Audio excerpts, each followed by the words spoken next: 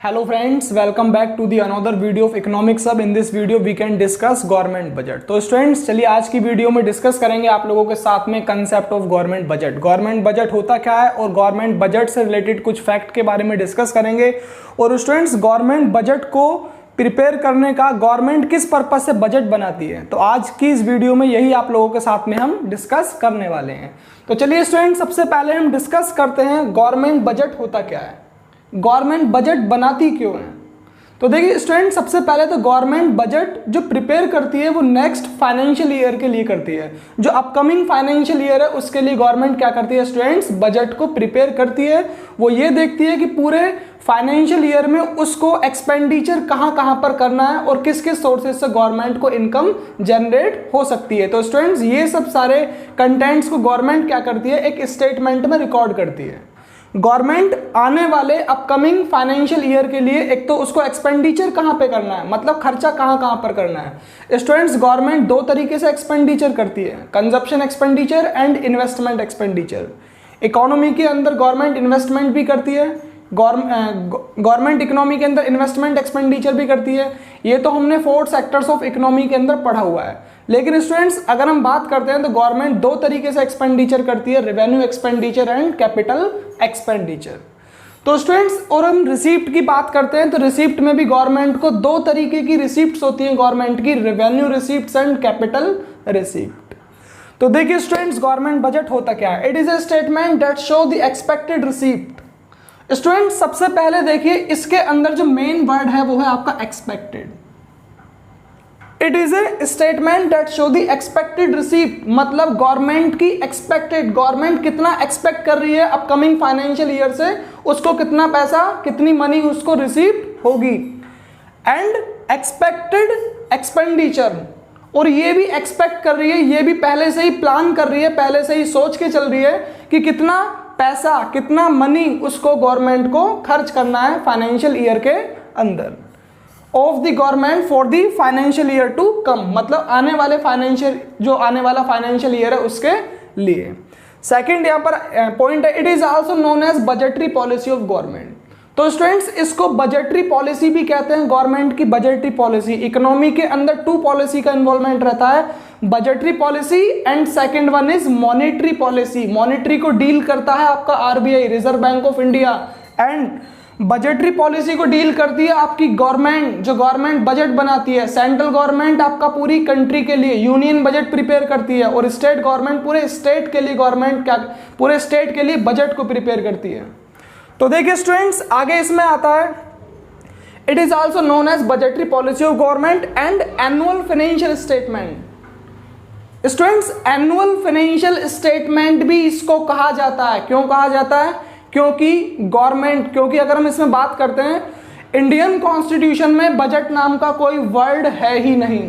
अगर हम बात करते हैं as per the provision of article 112 of Indian constitution, तो उसमें बजट नाम का कोई वर्ड है ही नहीं। वहां पर एक वर्ड आपका आता है एनुअल फाइनेंशियल स्टेटमेंट। इसको शॉर्ट में कहते हैं स्टूडेंट्स एएफएस, इसको हम कहते हैं एएफएस, एनुअल फाइनेंशियल स्टेटमेंट भी इसको कहा जाता है।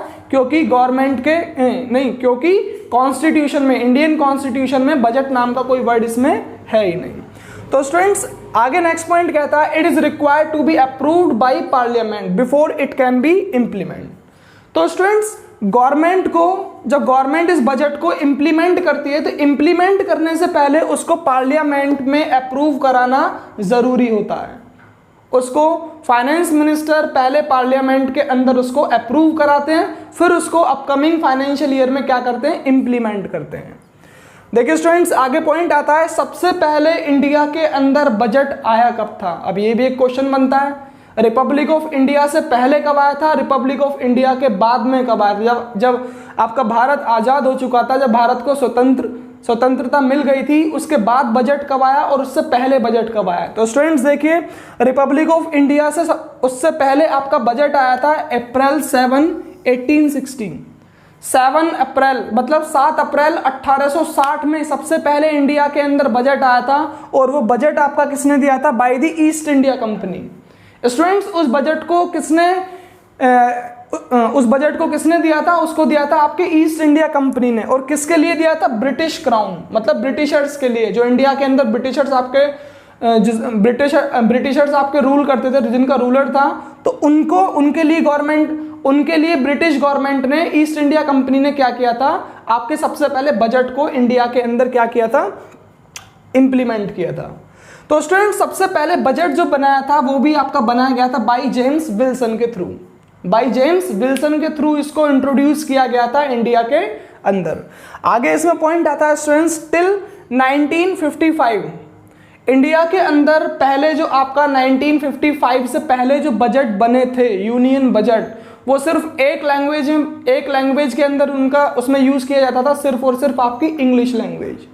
स्टूडेंट्स 1955 से पहले इंडिया के अंदर जो सबसे पहले, मतलब रिपब्लिक ऑफ इंडिया के बाद में जो सबसे पहले बजट आया था वो आया था आपका 26 नवंबर 1947 को। सबसे पहला यूनियन बजट आया था जिसको फर्स्ट आपके फाइनेंस मिनिस्टर ने आर के शनुकम चेट्टी, जिसने इसको क्या किया था? पार्लियामेंट के अंदर अप्रूव किया था। तो स्टूडेंट्स आगे 1955 के बाद में the budget was presented in 1955 से पहले बजट को प्रेजेंट किया जाता था आपका इंग्लिश के अंदर, इंग्लिश लैंग्वेज में। लेकिन फिर उसके बाद में बजट आपका हिंदी और इंग्लिश दोनों लैंग्वेज के अंदर आपका प्रिंटेड होने लगा। दोनों लैंग्वेजेस में इसके डॉक्यूमेंट्स को क्या किया गया? यहाँ पर यूज किया गया इसको। The budget document are printed in both Hindi and English. तो स्टूडेंट्स आगे इसमें एक लास्ट पॉइंट है, इंदिरा गांधी इंडिया के अंदर फर्स्ट वुमेन थी जिसने आपके बजट को, यूनियन बजट को प्रेजेंट किया था पार्लियामेंट के अंदर। वो किया था आपके 1970 से 1971 में। तो स्टूडेंट्स आगे देखिए, इसमें आपका आता है ऑब्जेक्टिव ऑफ गवर्नमेंट बजट, किस पर्पज से गवर्नमेंट बजट को बनाती है। तो देखिए स्टूडेंट्स, सबसे फर्स्ट पॉइंट इसके अंदर आपका आता है जीडीपी ग्रोथ। जीडीपी का मतलब क्या होता है? Gross domestic product. आपकी कंट्री के अंदर फाइनल गुड्स एंड सर्विसेज का जो प्रोडक्शन हो रहा है, जो मैन्युफैक्चरिंग हो रहे हैं, तो उनकी मार्केट वैल्यू का सम वो आपका जीडीपी कहलाता है। तो स्टूडेंट्स हर कंट्री की गवर्नमेंट चाहती है कि उसकी कंट्री की जीडीपी क्या करे? ग्रोथ करे, मतलब मैन्युफैक्चरिंग आपकी कंट्री के अंदर ज़्यादा से ज़्यादा होना चाहिए। अब इंडिया के अंदर गवर्नमेंट, जो इंडियन गवर्नमेंट है, वो ये सोचती है कि इंडिया के अंदर भी गुड्स एंड सर्विसेज का प्रोडक्शन बढ़ना चाहिए। स्टूडेंट सीधी सी बात है, प्रोडक्शन किससे बढ़ सकता है? अभी प्रोडक्शन तो उससे बढ़ सकता है जब आपके बिजनेस में इन्वेस्टमेंट हो। तो गवर्नमेंट को भी क्या करना पड़ता है स्टूडेंट्स? गवर्नमेंट को भी इन्वेस्टमेंट करना पड़ता है। गवर्नमेंट को पब्लिक इन्वेस्टमेंट एक्सपेंडिचर, या तो गवर्नमेंट को पब्लिक इन्वेस्टमेंट एक्सपेंडिचर करना है, या फिर by making private investment expenditure. यही दो सोर्सेज हैं जिससे इकोनॉमी के अंदर आपकी जीडीपी ग्रोथ हो सकती है। जीडीपी को ग्रोथ करने के लिए गवर्नमेंट को या तो खुद अपने पब्लिक एंटरप्राइजेस के अंदर इन्वेस्टमेंट करना पड़ेगा, उसको रेलवे के अंदर और भी इन्वेस्टमेंट एक्सपेंडिचर करने की जरूरत है, या फिर गवर्नमेंट को क्या करना है? प्राइवेट इन्वेस्टमेंट एक्सपेंडिचर कराना है। प्राइवेट इन्वेस्टमेंट, जो प्राइवेट प्रोड्यूसर हैं, जो प्राइवेट इंडस्ट्रीज हैं इंडिया के अंदर, या फिर वो प्राइवेट इन्वेस्टमेंट करें जिससे कि इकोनॉमी के अंदर आपके manufacturing of goods and services increasing हो, बढ़े, और उससे आपकी कंट्री की स्टूडेंट जीडीपी लेवल भी क्या होगा? वो भी ग्रोथ करेगा। तो स्टूडेंट सेकंड पॉइंट आता है आपका एलोकेशन ऑफ रिसोर्स। देखिए स्टूडेंट्स, गवर्नमेंट जो बजट बनाती है उसके पीछे एक पर्पस होता है, इकोनॉमी के अंदर रिसोर्सेज का एलोकेशन भी हो सके। अब रिसोर्सेज कैसे एलोकेशन हो? रिसोर्सेज का मतलब अगर हम यहाँ जाने तो आपका आता है संसाधन। Government aim to reallocation of resources in the accordance with the profit maximisation and social welfare. Government दोनों के बिहाफ पे सोचती है, दोनों के अकॉर्डिंग सोचती है। गवर्नमेंट प्रॉफिट मैक्सिमाइजेशन के बिहाफ से भी सोचती है, और गवर्नमेंट सोशल वेलफेयर के हिसाब से भी गवर्नमेंट सोच के चलती है कि समाज का विकास भी हो। समाज के विकास के साथ में इकोनॉमी के अंदर प्रॉफिट की मैक्सिमाइज करने की कैपेसिटी भी जनरेट हो। तो स्टूडेंट्स देखिए, गवर्नमेंट यहाँ पर क्या करती है? टैक्स कंसेशन और सब्सिडी।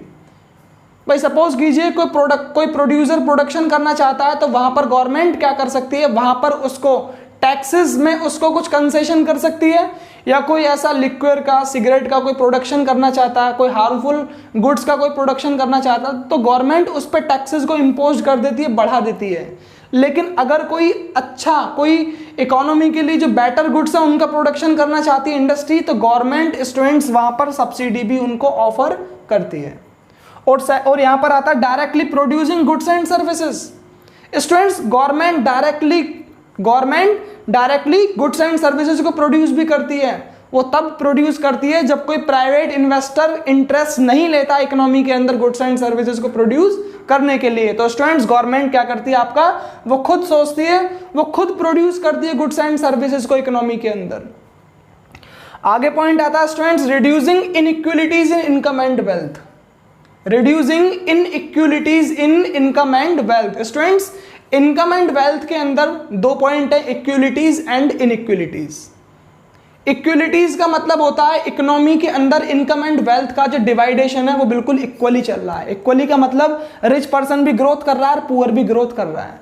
लेकिन जब सिचुएशन आती है इनइक्वालिटीज की, मतलब इनइक्वालिटीज का सीधा सा ये मतलब है कि रिच पर्सन और भी रिच हो रहा है और पुअर पर्सन और भी पुअर हो रहा है। भाई जो रिच पर्सन है वो तो रिच हो गया, चलो उसका तो ठीक है, पर लेकिन जो पुअर पर्सन और भी ज्यादा पुअर हो गया, अब वो तो सेक्शन पूरा इकोनॉमी के अंदर जो पुअर सेक्शन है वो कैसे सरवाइव करेंगे। तो स्टूडेंट्स गवर्नमेंट क्या करती है उनके लिए, गवर्नमेंट उनको टैक्सेस में थोड़ा कम कर देती है, उनसे टैक्सेस चार्ज नहीं करती, उनको सब्सिडी प्रोवाइड कराती है। गवर्नमेंट की फिस्कल पॉलिसी के दो इंस्ट्रूमेंट गवर्नमेंट यूज करती है, taxation and subsidy. Government aim to reduce such inequalities of income and wealth by imposing taxes on rich. अब वो वहां पर क्या करेगी, रिच पर्सन पे टैक्सेस ज्यादा चार्ज कर देगी, रिच पर्सन से ज्यादा टैक्स वसूलेगी, और जो ज्यादा टैक्स उनसे आएगा उनको सब्सिडी की फॉर्म में पुअर पर्सन को ऑफर कर देगी, जिससे कि वो अपनी लाइफ को सरवाइव कर सकें और गुड्स एंड सर्विसेज का कंजप्शन कर सकें। तो स्टूडेंट्स आगे आता है बैलेंस रीजनल ग्रोथ। ये तो बहुत बड़ा मेन पॉइंट है गवर्नमेंट की फिस्कल पॉलिसी का। तो स्टूडेंट्स चलिए गवर्नमेंट की टर्म्स में छोड़ी, सबसे पहले एक एज ए पीपल में, एज ए हाउस होल्ड या एज ए कोई भी प्रोड्यूसर में उसकी टर्म्स में बात करता हूँ। तो सबसे पहले आपको अगर अपने किसी फेस्टिवल पे शॉपिंग करनी है तो शॉपिंग करने के लिए सबसे पहले आप ये देखते हो कि मेरे पास है क्या क्या। अगर आपके पास में कपड़े हैं, क्लोथ्स हैं, तो क्लोथ्स आप नहीं खरीदेंगे, आप कुछ और चीज ऐसा हो सकता है खरीदें। ध्यान से सुनना स्टूडेंट्स इस पॉइंट को। ऐसा हो सकता है कि आपके पास शूज ना हो, क्लोथ्स हैं, तो आप क्या करेंगे, शूज परचेज करेंगे। तो स्टूडेंट्स गवर्नमेंट भी ऐसा ही करती है, जो इकोनॉमी के अंदर अनडेवलप या फिर नॉन डेवलप सेक्शंस हैं, रीजन्स हैं, गवर्नमेंट उन पे पहले फोकस करती है, उनको प्रायोरिटी देती है। गवर्नमेंट उनको प्रायोरिटी पे रखती है यहाँ पर जो आपकी इकोनॉमी का नॉन डेवलप पार्ट है, जो आपकी इकोनॉमी का अनडेवलप पार्ट है, उसको गवर्नमेंट सबसे पहले प्रायोरिटी देती है, जिससे कि सभी रीजन इकोनॉमी के अंदर बैलेंस हो जाएं। अगर गवर्नमेंट वहां पर फोकस करती है जो इकोनॉमी के अंदर पहले ही डेवलप हो चुका है, तो जो अनडेवलप पार्ट है वो कभी आपका डेवलप नहीं हो सकता। इसलिए गवर्नमेंट प्रायोरिटी देती है सबसे पहले अनडेवलप्ड एरियाज को, अनडेवलप्ड रीजन्स को। तो स्टूडेंट्स आगे पॉइंट आता है आपका एम्प्लॉयमेंट अपॉर्चुनिटी। जी हाँ, गवर्नमेंट बजट का एक मेन ऑब्जेक्टिव ये भी होता है एम्प्लॉयमेंट की अपॉर्चुनिटी को जनरेट करना इकोनॉमी के अंदर। जितने भी गवर्नमेंट के पब्लिक एंटरप्राइजेज हैं, अगर उनके अंदर इन्वेस्टमेंट बढ़ता है तो ध्यान से सुनिए स्टूडेंट्स, वहाँ पर एम्प्लॉयमेंट की अपॉर्चुनिटी भी जनरेट होती है। जैसे कि गवर्नमेंट आपका जितने भी गवर्नमेंट के पब्लिक एंटरप्राइजेज हैं, जैसे आपका रेलवे है, रेलवे के अंदर अगर गवर्नमेंट कुछ इन्वेस्टमेंट करती है तो वहाँ पर उसके लिए, उसके वर्क के लिए उसको और एम्प्लॉयमेंट, उसको और पीपल्स की जरूरत पड़ेगी, जिससे इकोनॉमी के अंदर एम्प्लॉयमेंट लेवल भी। आगे देखिए इसमें लास्ट पॉइंट आता है इकोनॉमिक स्टेबिलिटी। इकोनॉमिक स्टेबिलिटी का मतलब होता है इकोनॉमी को स्टेबल करना। गवर्नमेंट बजट का एक सीधा सा ऑब्जेक्टिव ये भी है कि इकोनॉमी के अंदर जो आपके बिजनेस फ्लक्चुएशंस आते हैं, आपके बूम की सिचुएशंस आती है, रिसेशंस की आती है, डिप्रेशंस की आती है, उसके बाद रिकवरी फेज स्टार्ट होता है, तो स्टूडेंट्स उससे इकोनॉमी के अंदर आपका इन्फ्लेशन और डिफ्लेशन अराइज होने लगता है। इन्फ्लेशन का मतलब होता है जब इकोनॉमी के अंदर गुड्स एंड सर्विसेज के प्राइस इंक्रीज होते हैं तब, और डिफ्लेशन के अंदर जब गुड्स एंड सर्विसेज के प्राइस डिक्रीज होते हैं तब। तो देखिए students, inflation in terms of consumer, अगर इकोनॉमी के अंदर गुड्स एंड सर्विसेज के प्राइस इंक्रीज होंगे तो जो आपकी इकोनॉमी का पुअर सेक्शन है, जो पुअर पीपल हैं, वो कैसे उसको एफोर्ड कर पाएंगे, कैसे उनका कंजप्शन कर पाएंगे गुड्स का। और स्टूडेंट्स अगर इकोनॉमी के अंदर प्राइस डिक्रीज हो गए तो प्रोड्यूसर को वहां पर लॉस कैसे होगा, प्रोड्यूसर अपनी फर्म को, अपनी इंडस्ट्री को कैसे सर्वाइव कर पाएगा इकोनॉमी के अंदर। उसको तो बिजनेस में लॉस होना स्टार्ट हो जाएगा जब आपके इकोनॉमी डिफ्लेशन की अराइज होगी। तो स्टूडेंट्स गवर्नमेंट बजट का सीधा सा एक ऑब्जेक्टिव ये भी आता है कि गवर्नमेंट क्या करती है, इकोनॉमी के अंदर इन्फ्लेशन और डिफ्लेशन को दोनों को मैनेज करके चलती है, जिससे इकोनॉमी स्टेबल रहे, इकोनॉमी के अंदर ज़्यादा प्रॉब्लम ना हो और इकोनॉमी आपकी ग्रोथ करती रहे।